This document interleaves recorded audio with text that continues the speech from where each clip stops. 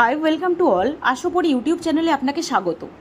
আজকে এই ভিডিওটা করার কোনো ইন্টেনশন ছিল না, কিন্তু এত কোয়েশ্চেন সবার কাছ থেকে এসছে, স্পেশালি যারা আশা দিদিমণিরা আছেন তারা কিন্তু প্রচুর এই ব্যাপার নিয়ে জানতে চেয়েছেন এবং তাদের মধ্যে কনফিউশনের শেষ নেই। বারবার করে ভিডিও দেখেও ওদের কিন্তু ক্লিয়ার হচ্ছে না। জাস্ট 4টি পয়েন্ট ওদের ক্লিয়ার হচ্ছে না, হ্যাঁ বসাবেন কি না বসাবেন। এমনকি সাধারণ মানুষ যারা ওটা ফিল করতে যাচ্ছেন তারা কিন্তু কনফিউজড হয়ে যাচ্ছেন যে কি করবেন। অথচ ওই পয়েন্টগুলি কিন্তু সব থেকে বেশি ইম্পর্টেন্ট। ওই পয়েন্টগুলিতে যদি আপনি ভুল করেন তাহলে কিন্তু আপনি এই সুবিধাটি নাও পেতে পারেন।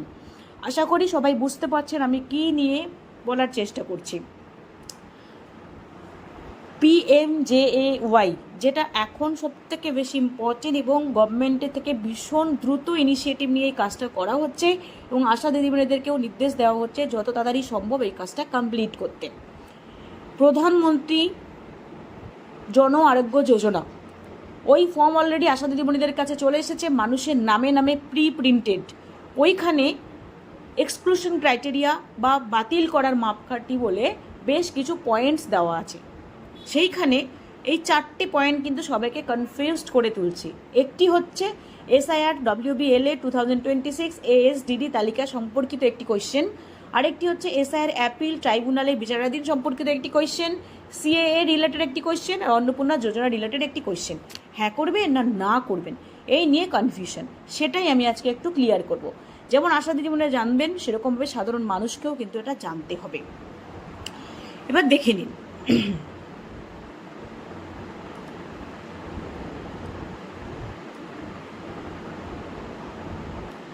আমি জাস্ট অন্যগুলোকে অফ করে দিলাম, শুধু এই 4টে পয়েন্টকেই রেখেছি, কারণ আমরা আজকে এই 4টে পয়েন্টকে একটু ক্লিয়ার করব। প্রথমটা দেখুন কি আছে, সবাই জানেন প্রথম পয়েন্টটা কি, এটা কি আছে, এটা আছে SIR WBLA 2026 নির্বাচনের জন্য ASDD তালিকায় নাম পাওয়া গেছে। ASDD তালিকার কথাটা মানেই হচ্ছে এতে হচ্ছে অ্যাবসেন্ট, এসে হচ্ছে শিফটেড, এতে অ্যাবসেন্ট, এসে হচ্ছে শিফটেড, ডিতে হচ্ছে ডেড, আর আরেকটা ডি আছে সেটা হচ্ছে ডুপ্লিকেট। তার মানে SIR করতে যখন বেরিয়েছিলেন, SIR করে হয়েছে সবাই জানেন ভোটের আগে। এটা একটা স্পেশাল ইন্টেন্সিভ রিভিশন ছিল নির্বাচন কমিশনের তরফ থেকে। তাদের উদ্দেশ্য ছিল গিয়ে খুঁজে দেখা যে কোনো এমন তো হয়নি যে মৃত অথচ ভোটার লিস্টে নাম রয়েছে সে নামটা আমরা বাদ দেবো, ডুপ্লিকেট কোনো নাম, এক নাম দুবার করে আছে, 3বার করে আছে, সেটাকে বাদ দেবো। কোনো ব্যক্তি এখান থেকে চলে গেছে অথচ এইখানেও লিস্টে নাম রয়েছে ওইখানেও লিস্টে নাম রয়েছে, এমন কোনো ব্যক্তি নেই তো। দেখা কোনো নতুন ভোট হয়েছে বাট লিস্টে নেই, সেরকম কোনো ব্যক্তি নেই তো। এরকম সমস্ত কিছু যাচাই করার জন্য SIR করা হয়েছিল। আর WBLA হচ্ছে ওয়েস্ট বেঙ্গল লেজিসলেটিভ অ্যাসেম্বলি। এইবার ওরা যখন SIRটা কমপ্লিট করলো, করার পরে কিন্তু যদি এমন হয় যে হ্যাঁ এরকম অনেক লোককে পাওয়া গেছে যে শিফটেড, অন্য জায়গায় শিফটেড হয়ে গেছে, ডবল করে নাম আছে এবং সে অথবা হয়ে গেছে সে ডেট, এমনকি অনুপস্থিত, তাকে পাওয়া যায়নি, তখন কি করে ওরা ASDD একটা ভোটার তালিকার মধ্যে ASDD একটা লিস্ট বের করে। ASDD একটা লিস্ট থাকে, সেইখানে যাদেরকে এরকম পাওয়া গেছে তাদেরকে কিন্তু তাদের নাম ওইখানে থাকে। তাদের নাম ওইখানে থাকা মানেই কিন্তু এই মানুষটি ভোটার তালিকার অন্তর্ভুক্ত নয়, সে ডিলিট, এই যে ডুপ্লিকেট, ডেথ, শিফটেড, তবে অ্যাবসেন্ট, এই জায়গায় নাম রয়েছে, এইখানকার লিস্টে নাম রয়েছে। এটা যখন পাই তখন কিন্তু তার সাধারণত পরে আর তাদের ভোট দিতে পারবে না, সে এবারে ভোটার লিস্ট থেকে তার নাম বাদ। ব্যাপারটা মানে ভোটার লিস্ট থেকে তার নাম বাদ, কেন ASDD লিস্টে তার নাম রয়েছে। তাই এখানে দেখুন বলেছে ভোটার তালিকা যাচাইয়ের সময় যেই সমস্ত ব্যক্তিকে বাড়িতে পাওয়া যায়নি, অন্যত্র চলে গেছে, মারা গেছে অথবা একাধিকবার নাম রয়েছে, তাদেরই নামটা SSDD তালিকায় রাখা হয়। তাই এই PMJAY ফর্ম ফিল আপের ক্ষেত্রে 3 নম্বর পয়েন্টটা যেটা ছিল, সেই ক্ষেত্রে কখন হ্যাঁ করবেন কখন না করবেন, যদি কিনা সত্যি এই ব্যক্তি অ্যাবসেন্ট, শিফটেড, ডেড এবং ডুপ্লিকেট তালিকায় নাম থাকে তবেই হ্যাঁ হবে। যদি পয়েন্টে হ্যাঁ হয় তাহলে কিন্তু এমন নয় যে তার পুরোপুরি বাদ। যদি এই ক্ষেত্রে হ্যাঁ হয়, হ্যাঁ যে সত্যি তাই সে ভোট দিতে পারেনি কেননা তার এএসডিডি লিস্টে নাম রয়েছে, তাহলে যদি হ্যাঁ হয় তাহলে কিন্তু সে উপর মহল এবার জাস্টিফাই করবে, ভালো করে আইডেন্টিফাই করবে যে সত্যি তার কি নেই বা কিছু, জাস্টিফাই করার পর ভেবেচিন্তে দেখবে যে এটা পাবে কি পাবে না। আর যদি সত্যি যাচাই করা দেখা যায় যে সে না ডেড, ডুপ্লিকেট নাম রয়েছে, তাহলে সে পাবে না। তাই এটা হ্যাঁ হওয়া মানে হচ্ছে কি সেই মানুষকে জাস্টিফিকেশন চলবে, আরও যাচাই চলবে। আর যেই মানুষরা আরামসে 2026-এ ভোট দিয়েছেন, কোনো সমস্যা নেই, ভোটার স্লিপ পেয়েছেন, ভোট দিয়েছেন বিন্দাস, তাদের ক্ষেত্রে কিন্তু না হবে। তাই স্বাভাবিকভাবে প্রত্যেকটা বেশিরভাগ মানুষের ক্ষেত্রে না হওয়ারই কথা। এবার যদি কারোর ওই পয়েন্টে হ্যাঁ হয়, তার মানে ওই লিস্টে নাম হয়, যদি হ্যাঁ হয় এবং হ্যাঁ হয়েছে বলেই কিন্তু তাকে এবার এসআইআর আপিল ট্রাইব্যুনালে আবেদন করতে হবে। পরের পয়েন্টটাই ঠিক, এসআইআর আপিল ট্রাইব্যুনালে আবেদন বিচারাধীন রয়েছে। যেই ব্যক্তি ওরকম গল্প হয়েছে, ভোট দিতে পারেননি, ডিলিট হয়ে এই ডুপ্লিকেট নাম রয়েছে, অ্যাবসেন্ট বা ওখানে যদি নাম পাওয়া গেছে সে ভোট দিতে পারেননি, সেই মানুষটি গিয়ে কী করবে, আবার এসআইআর জন্য অ্যাপিল করবে। অনেকে জানেন, এবার অনেকেই বলছে তাদের নাম এমনি বাদ চলে গেছে। এইবার এরকম মানুষ যদি থাকে, সে ভোট দিতে পারেননি এবং এসআইআর জন্য অ্যাপিল করেছেন কিন্তু এখনও অ্যাপিলের রেজাল্ট পাননি, বিচারাধীন রয়েছে, তাদের ক্ষেত্রে কিন্তু এটা হ্যাঁ হবে। আদারওয়াইজ যার ওরকম কোনো গল্প নেই, সে ভোট দিয়েছেন, কোনো ডিলিট হয়েছে বা কিচ্ছু হয়নি, সেক্ষেত্রে কিন্তু না হবে। এবার আমি একটা জিনিস দেখাই, এই দেখুন এরকম একটা দেখবেন অ্যাকনলেজমেন্ট অফ অ্যাপিল সাবমিটেড, অনেকে কিন্তু আবার অ্যাপ্লাই করেছেন, নাম ডিলিট হয়ে গেছে বলে অনেকে অ্যাপ্লাই করেছেন। এইরকম যদি কারোর ক্ষেত্রে থাকে, কারোর কাছে যদি এরকম থেকে থাকে, তাহলে বুঝে নেবেন যে সেই মানুষটি কিন্তু অ্যাপ্লাই করেছে, তার মানে সেই মানুষটি এসআইআর এই পয়েন্টটা, পরের পয়েন্টটা, এসআইআর অ্যাপিল ট্রাইব্যুনালে আবেদন বিচারাধীন রয়েছে, হ্যাঁ হবে। যদি ওরকম অ্যাকনোলেজমেন্ট স্লিপ কারোর কাছে আশা দিদিমণিরা পেয়ে থাকেন, তাহলে এক্ষেত্রে হ্যাঁ দেবেন। হ্যাঁ দেবেন তখনই যদি কিনা ওরকম অ্যাকনোলেজমেন্ট স্লিপ আপনি দেখে থাকেন, তবেই তাকে হ্যাঁ দেবেন। আদারওয়াইজ কিন্তু হ্যাঁয়ের গল্প কিন্তু থাকছে না, আদারওয়াইজ কিন্তু হ্যাঁয়ের কোনো ব্যাপার নেই। যদি কিনা ওরকম দেখে থাকেন কারোর কাছে যে অ্যাপ্লাই করেছে, তবে আপনি কি করবেন, তাকে হ্যাঁ দেবেন।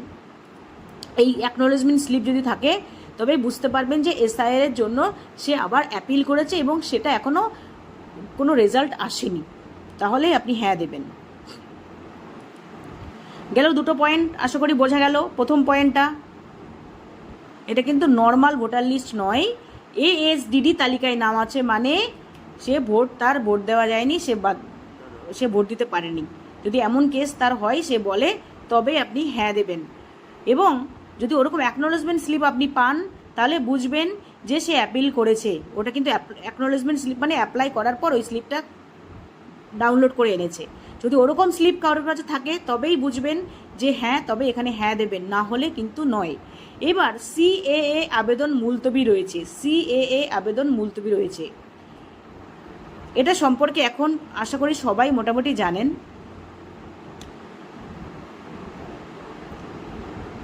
সিএএ কি, সেটা হচ্ছে সিটিজেনশিপ অ্যামেন্ডমেন্ট অ্যাক্ট, যেটা নাগরিকত্ব সংশোধনী আইন। এইখানে লেখা আছে সিএএ আবেদন মুলতবি রয়েছে, মানে তার ভোটার লিস্ট থেকে নাম চলে গেছে বা সে তিনি ভোটার ছিলেনই না, এখন নতুন করে অন্য দেশ থেকে এসেছেন, নতুন করে উনি ভোটার হবেন বলে অ্যাপ্লাই করেছেন, সিএএর জন্য অ্যাপ্লাই করেছেন। এটা কাউকে জিজ্ঞাসা করলে তিনি এমনি বলবেন, হ্যাঁ আমি সিএএর জন্য অ্যাপ্লাই করেছি। যদি সেটা হয় যে সিএএর জন্য অ্যাপ্লাই করে থাকেন, তবেই কিন্তু এক্ষেত্রে হ্যাঁ হবে। এটা কিন্তু বেশি কঠিন জিনিস নয়। সিএএ আবেদন মুলতবি রয়েছে, সত্যি এখনও সিএএ আবেদন মুলতবি রয়েছে, কেননা সবাই জানেন, সিএ যারা অ্যাপ্লাই করেছেন তারা জানেন যে সিএএ আবেদনের রেজাল্ট কিন্তু এখনও বেরোয়নি।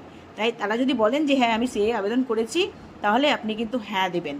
হ্যাঁ মানে কি, হ্যাঁ মানেই হচ্ছে আবেদনকারী সিএর অধীনে নাগরিকত্বের জন্য আবেদন করেছেন, সেক্ষেত্রে এখনও অনুমোদিত বা নিষ্পত্তি হয়নি, অর্থাৎ বিষয়টি এখনও প্রক্রিয়াধীন, তবেই হ্যাঁ হবে।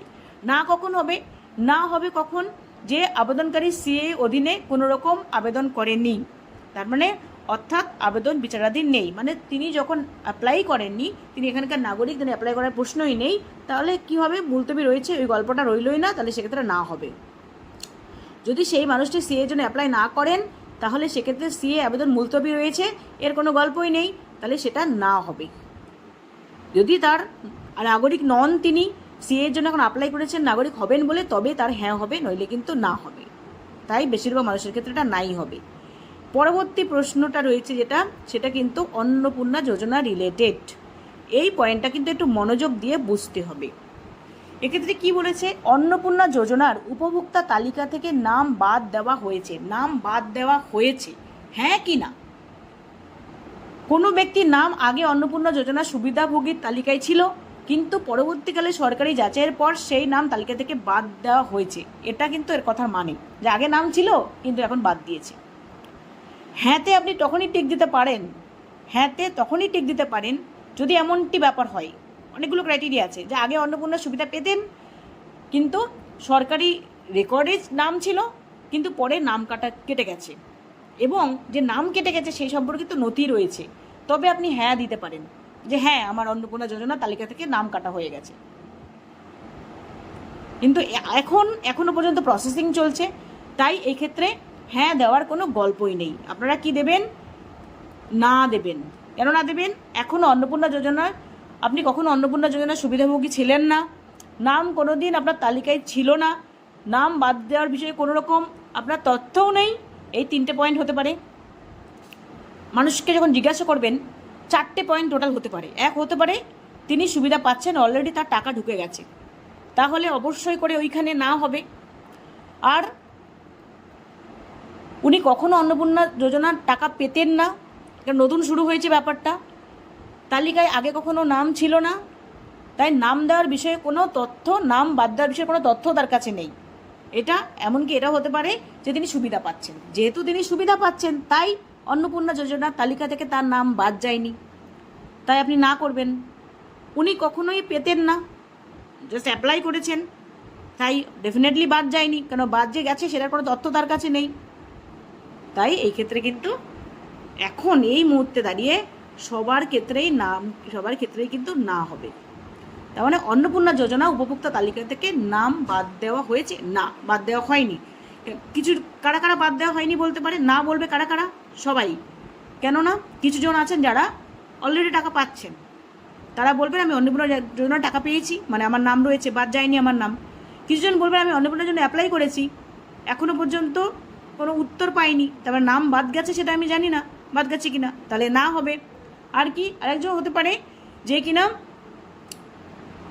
অ্যাপ্লাই করেননি, তাহলে সেক্ষেত্রেও তার নাম বাদ দেওয়ার কোনো গল্পই রইল না। মানে সবার ক্ষেত্রেই এখন কিন্তু এটা নাই হবে। আর বাকি পয়েন্টগুলো খুব, যেগুলো আমি ঢেকে দিয়েছি সেগুলো খুব ইজি, সবাই জানেন, তাই সেক্ষেত্রে আর কিছু বলার কোনো ব্যাপার নেই। অনেকের এটাও কোশ্চেন আসছে যে এইখানে যদি কিনা অল্প বয়স হয় সে কি করবে? অল্প বয়স হলে তার গার্জেন সাইন করবে, এবং গার্জেনকে সে যদি মা হয় মা, বাবা হয় বাবা কথাটা লেখা থাকবে, কিন্তু সাইনটা গার্জেনের হবে। এমন নয় বাচ্চার নাম এখানে লিখে দেবে, তা কিন্তু নয়। আবেদনকারী স্বাক্ষর বলা হয়েছে ঠিকই, কিন্তু যদি মাইনর হয় তাহলে গার্জেন সাইন করবে এবং ব্র্যাকেটে লিখে দেবে সম্পর্কটা কি। বাবা যদি সাইন করে বাবার নাম লিখবে, সম্পর্ক লিখে দেবে যে বাবা। এই হচ্ছে গল্প। আশা করি সবার কনফিউশন ক্লিয়ার হয়েছে। এবার কোনো সমস্যা হবে না ফর্ম ফিল আপ করতে। যদি তাও কারোর কোনো ডাউট থাকে আমাকে আপনারা কমেন্ট সেকশনে জানাতে পারেন। আর পরবর্তীকালে কী বিষয়ের উপর ভিডিও করলে আপনাদের সুবিধা হবে সেটা যদি আপনি জানাতে পারেন তাহলে আমি খুব হ্যাপি হব। ভালো থাকবেন সবাই, বাই, দেখা হবে নেক্সট ভিডিওতে।